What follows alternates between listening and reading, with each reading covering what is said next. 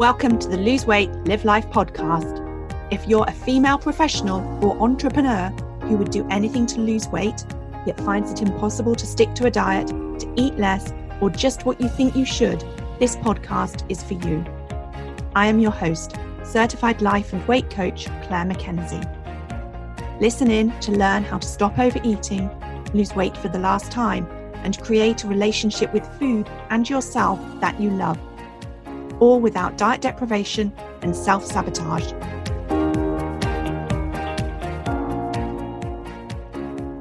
Hi everybody, I want to wish you a very warm welcome to episode number 29.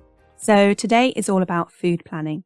Now, food planning is something that I recommend to everyone I work with, and today I thought I would share with you why I put so much emphasis on the importance of planning. And it might not be for the reasons you think. So, of course, before I lost my weight for the last time, before I lost 6 stone, I had done diets that told me to plan my meals, to plan my food.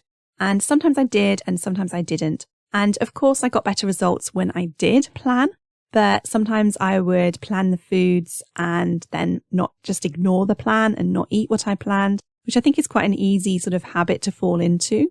But essentially, I never really understood the value of planning. It just felt like something that I was doing, maybe because I had been told to, but I sort of didn't really believe that it was that useful. I probably thought it was a bit of a waste of my time. So today I want to do a deep dive on food planning so that I can share the importance and benefits with you. But first, let's talk about what a food plan actually is. So a food plan is a plan for how you intend to eat, either tomorrow or for the next few days or for the next week. Your food plan will list out all of your meals, snacks and drinks. It might also include the times that you plan to have those meals, snacks and drinks as well. Now, I often get asked if it needs to include amounts of food, and I say that it doesn't, but I would sort of caveat that by saying that I encourage you to use your common sense. And of course, if you are eating according to your food plan and you think you're eating the right foods and you're not seeing the results that you want on the scales, then it may be that you need to adjust your portions. My general guidelines are to load up your plate with lots of vegetables and salads, have what I would call a normal size portion of protein, such as a chicken breast or a salmon fillet, for example, or a vegetarian equivalent. And if you're eating sort of like rice or potatoes or some other starchy vegetable, then aim to have maybe a quarter or slightly less of your plate taken up by that. And don't forget to have some healthy fats in your meal as well. You want to have those healthy fats. They're important for the fat-soluble vitamins they contain. And fats are also satiating, so they ensure that you're not going to feel hungry between meals. The other thing that I have on my food plan is a note of how much water I want to drink and other drinks as well. But the water in particular, I like to have on my food plan so that I can track whether I'm drinking enough water as I go throughout my day. Drinking water is something that doesn't come naturally to me. I like water, but I just seem to struggle to drink it in the volume that I want to in order to feel healthy. So that's what a food plan is. I also just want to mention that your food plan is something that you create. It's not a diet plan that you pick up from some diet program where someone else is telling you what to eat.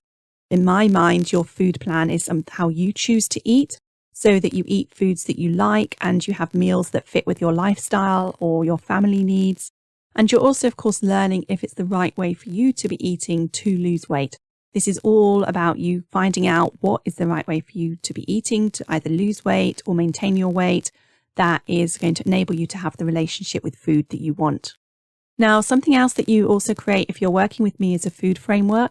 Your food framework is different to a food plan in that it is a set of guiding principles around how you want to be eating. It includes things like the number of meals that you have each day, the number of snacks that you will have. You might have on there how many evenings a week you want to have an alcoholic drink or two. And it might also include a list of foods that you want to eat lots of for fuel and nourishment, foods that you don't want to eat as a part of your sort of everyday eating. And it may also include foods that you want to eat occasionally for pleasure. And of course, your food framework is all about getting that balance right between eating for fuel and nourishment and eating for pleasure.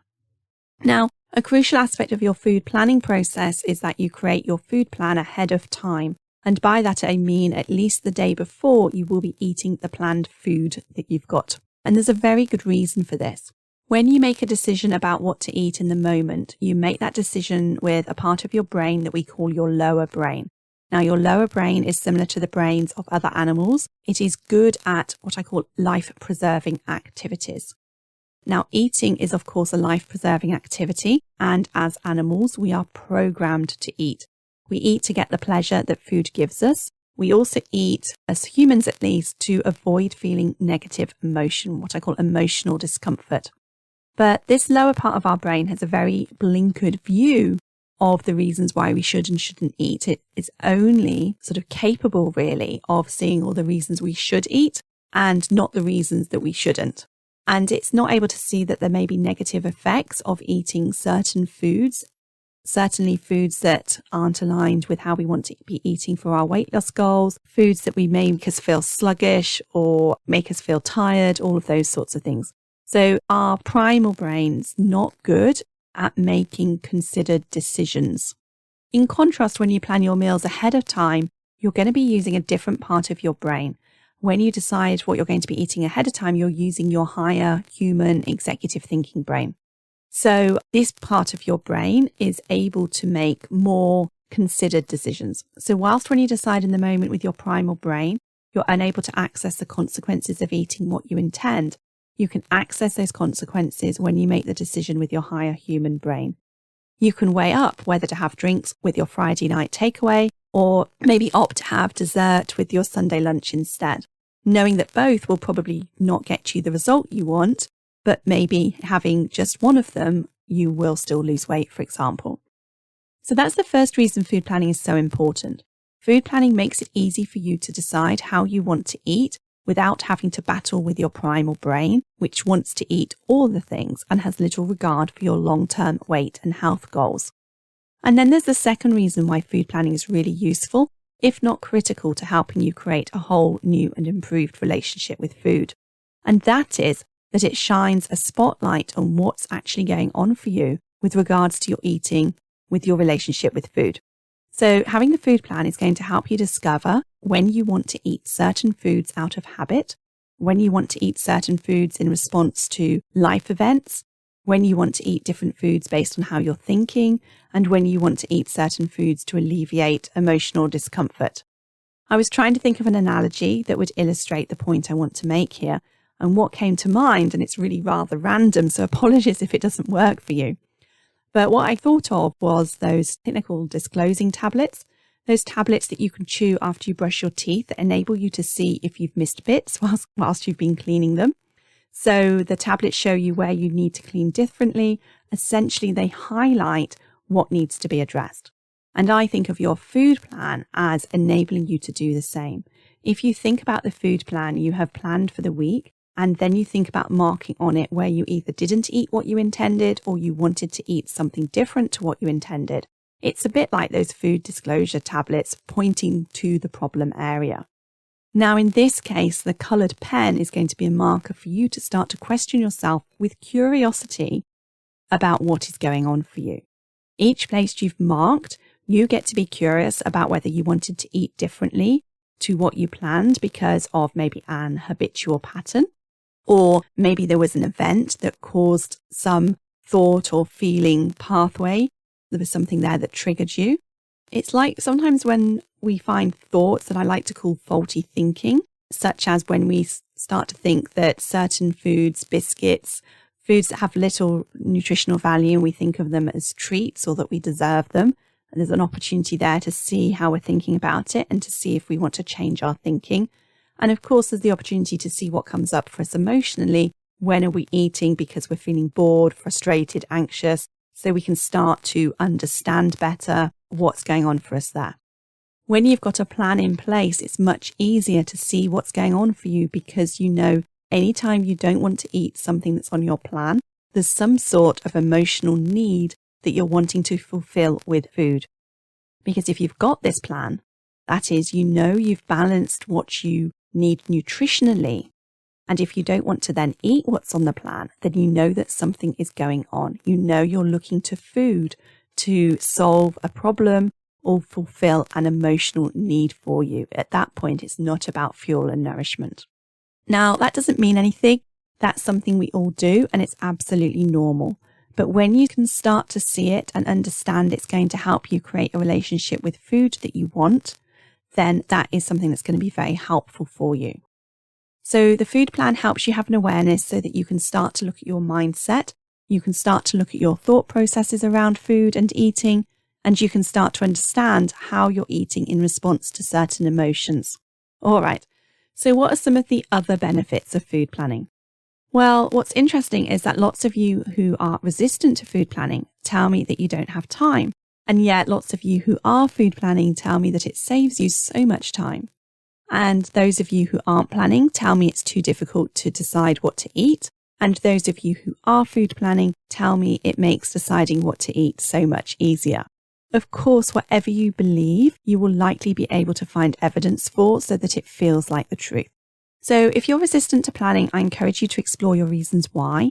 Write down all the reasons why you don't want to, or why you think it might be difficult, or why you think it won't work for you. And then I want you to really explore what you've written and question everything. Other reasons that I like food planning are that when I keep my food plans, I can track how I feel when eating certain foods.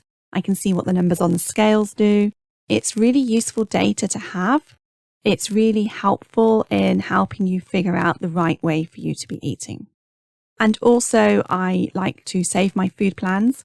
I had a period of time where I had 3 food plans for 3 different weeks, and I essentially just rotated them. So that was very simple, very easy to do. I didn't need to think about it at all once those plans were set up. It saved me so much time. The other thing that I love about food planning is that it makes my food journaling so much easier. So one of the things that I encourage you to do is to write down absolutely everything that you are eating. So when you have a food plan, all you need to do is make a note against the food plan to track the differences, and it's just really quick and easy. So that's what we're talking about here with regards to food planning today. I encourage you to ask yourself what your thoughts are around food planning and why you do and don't want to be doing it, and see which of those thoughts serve you, which are aligned for you to create the relationship with food and have the weight that you want to be, and which ones aren't. And if you want help with your food planning, then I would love to have you join me inside of my One Life Academy, and you can watch the related masterclasses and create your food plan, and come and get coaching as well and ask questions about anything that comes up for you, either with regards to the planning process itself or when you're finding that you want to eat differently to how you've planned. That's where a lot of the work that we do is. My One Life Academy membership and accountability will also help you if you're struggling to get started with food planning or if you're struggling to be consistent with it. Okay, that's what I have for you today. Thanks so much for listening. Until next week. Thank you. Bye-bye. If you enjoyed listening to this podcast and are ready to live a more intentional life, lose weight as a part of that journey, and create a relationship with food and yourself that you love, then I would be honoured to be your coach. There are 2 ways that you can work with me. You can join my monthly membership program, My One Life Academy, that gives you self-paced learning, supported by twice-weekly live calls and a whole lot more. Or you can join the waiting list for my next 6-month Lose Weight, Live Life group coaching mastermind intensive. Go to www.thebestyou.coach/coaching to find out all the details.